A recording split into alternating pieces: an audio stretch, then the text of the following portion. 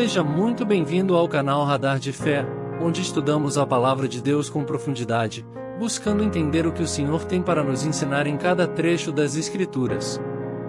Hoje, vamos mergulhar no capítulo 16 do livro de 2 Reis, uma narrativa que traz uma lição muito importante sobre liderança, idolatria e as consequências de se afastar de Deus. Neste vídeo, vamos explorar a história de Acais, rei de Judá, um exemplo de como a infidelidade ao Senhor pode levar à ruína espiritual, moral e até física de uma nação.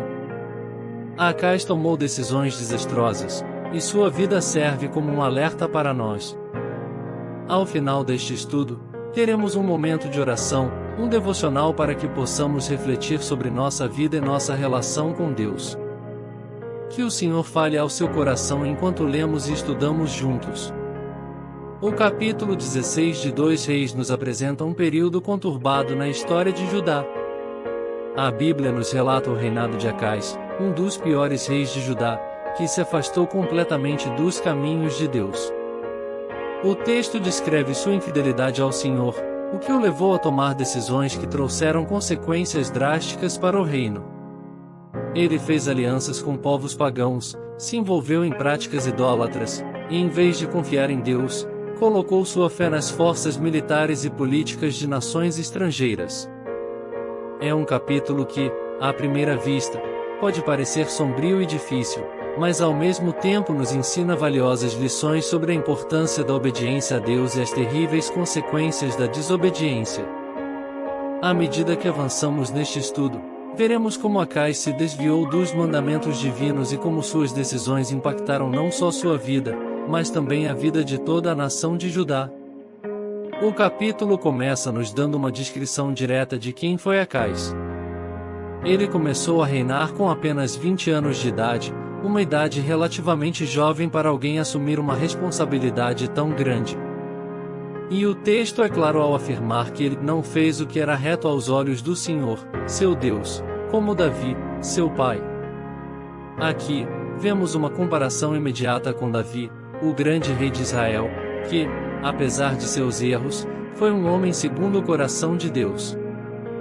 Davi sempre buscou o arrependimento e a comunhão com o Senhor, enquanto Acais, por outro lado, se afastou deliberadamente de Deus. Ele não seguiu o exemplo de Davi. Ao invés disso, seguiu os caminhos dos reis de Israel, que já haviam se corrompido e se afastado dos mandamentos divinos.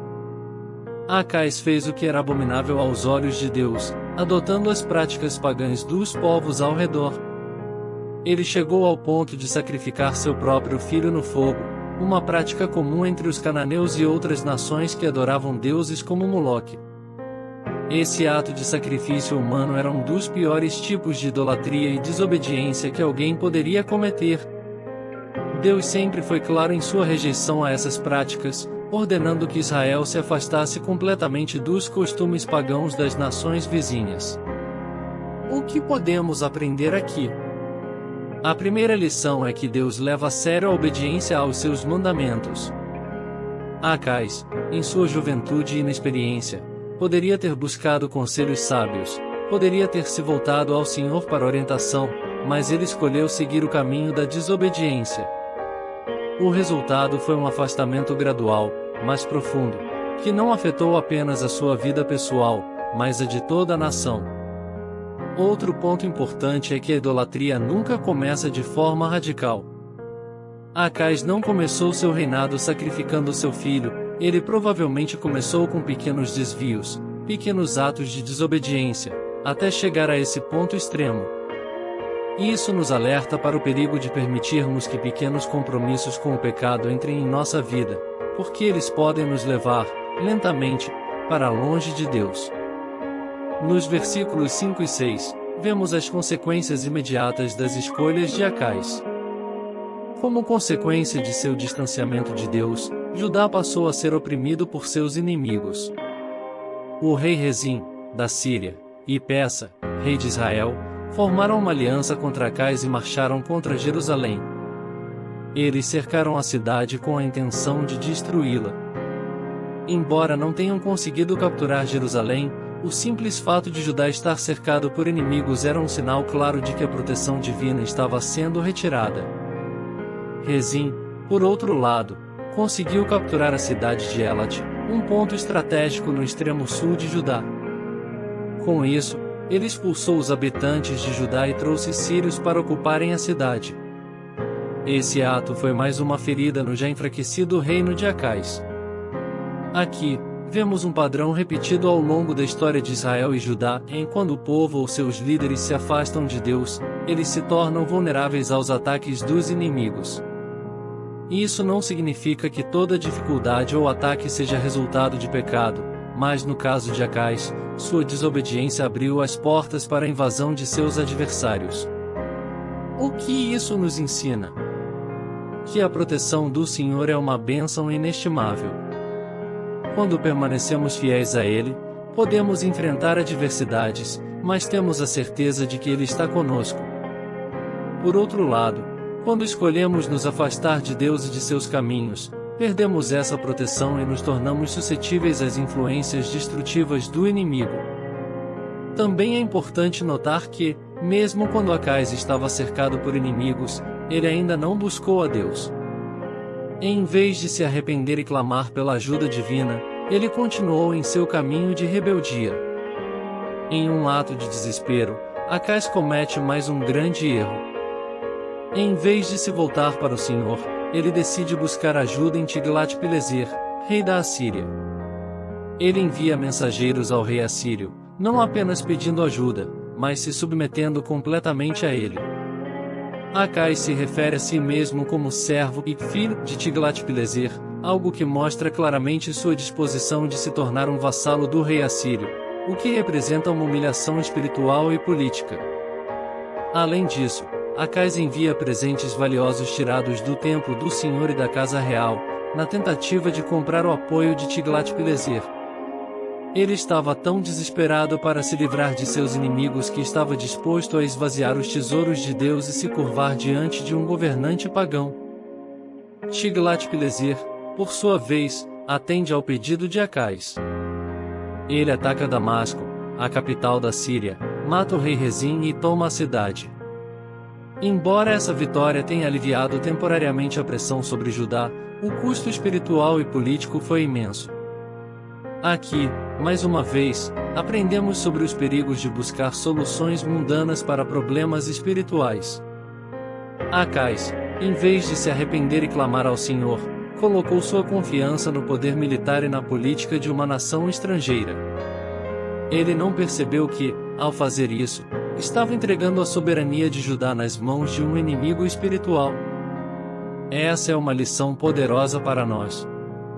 Muitas vezes, em tempos de crise, podemos ser tentados a colocar nossa confiança em soluções humanas, como dinheiro, status ou poder. Mas a verdadeira solução para nossos problemas está em Deus. Quando confiamos nele, ele luta nossas batalhas e nos dá a vitória. Quando colocamos nossa fé em coisas terrenas, podemos até alcançar vitórias temporárias, mas a longo prazo, pagamos um preço muito alto. Após conseguir a ajuda de Tiglat-Pileser, Acais vai até Damasco para se encontrar com o rei assírio. Durante essa visita, ele vê um altar pagão que o impressiona profundamente. Em vez de rejeitar o altar como algo que desonra o Senhor, Acais decide copiar seu design e trazê-lo para Jerusalém. Ele envia um esboço do altar para Urias, o sacerdote, e ordena que ele construa um igual em Jerusalém. Quando Acais retorna, ele mesmo oferece sacrifícios nesse altar, desconsiderando completamente as instruções de Deus para o culto no templo. Ao fazer isso, Acais mostra o quão profundamente ele havia se afastado dos caminhos do Senhor.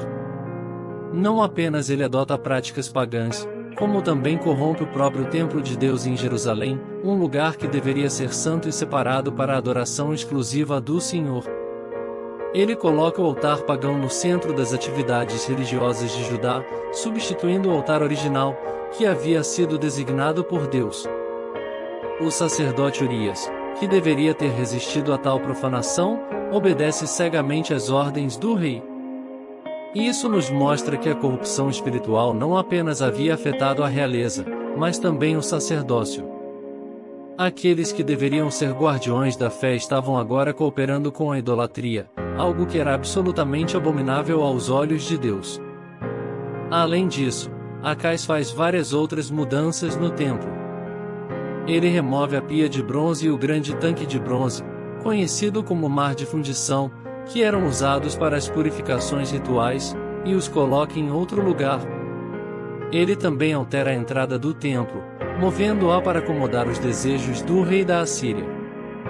Essas ações não eram apenas reformas arquitetônicas, eram mudanças simbólicas que mostravam quão profundamente Acais desprezava as tradições e mandamentos de Deus. Aqui, vemos as consequências da idolatria e da apostasia. Acais havia começado sacrificando seu filho e seguindo os caminhos pagãos. Agora, ele estava introduzindo esses mesmos costumes no coração da adoração em Jerusalém. O altar pagão em Jerusalém era um símbolo do completo afastamento de Acais de Deus.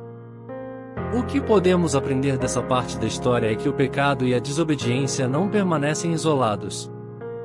Quando permitimos que pequenas transgressões entrem em nossa vida, elas podem crescer e corromper tudo ao nosso redor.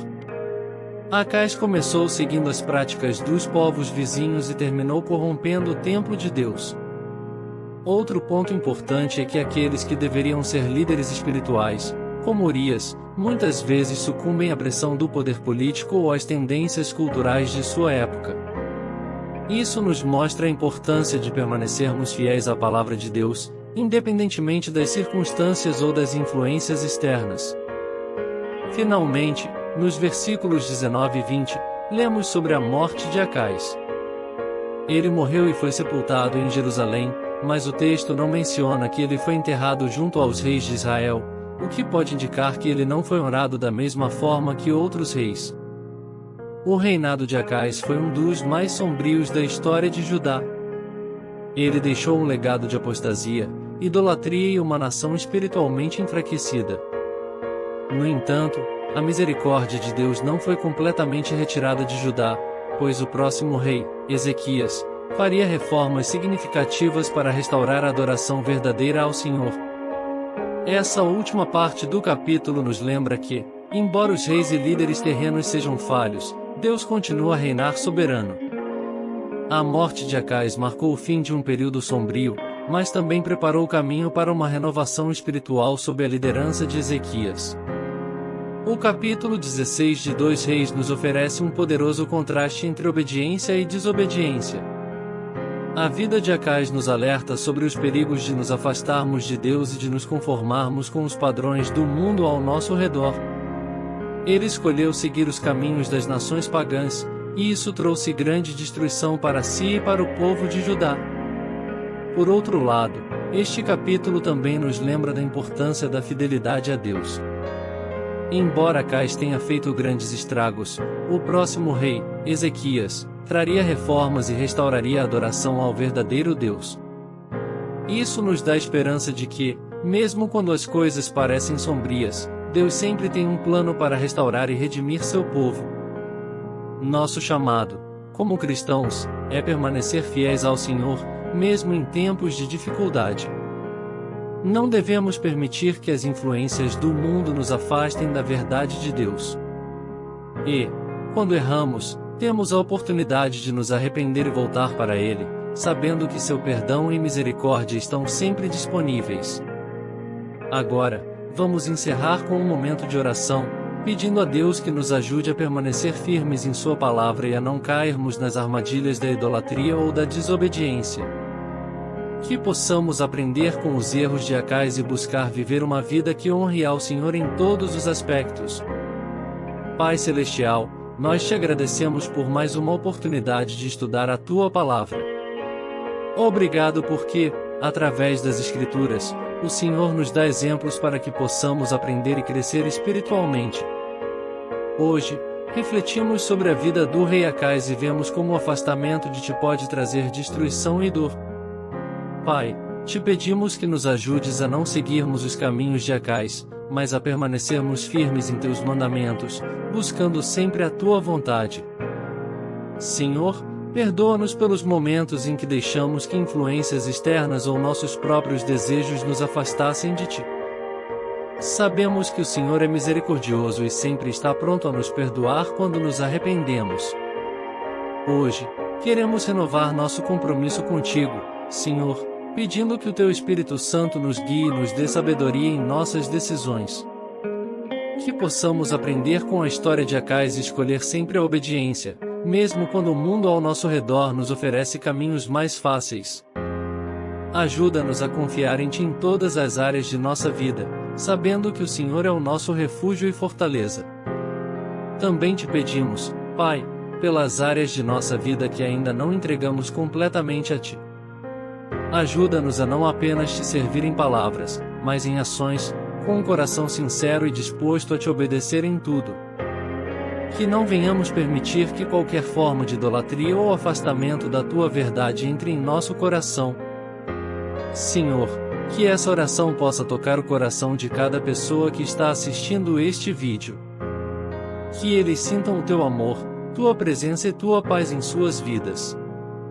E que, através deste estudo e deste momento de reflexão, possamos nos aproximar ainda mais de Ti, buscando ser luz no mundo e testemunhas da Tua graça e verdade. Nós Te agradecemos, Senhor, por Tua fidelidade e por Tua paciência conosco.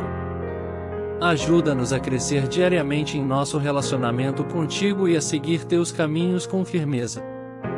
Pedimos tudo isso em nome de Jesus, nosso Senhor e Salvador. Amém. Que Deus abençoe grandemente sua vida.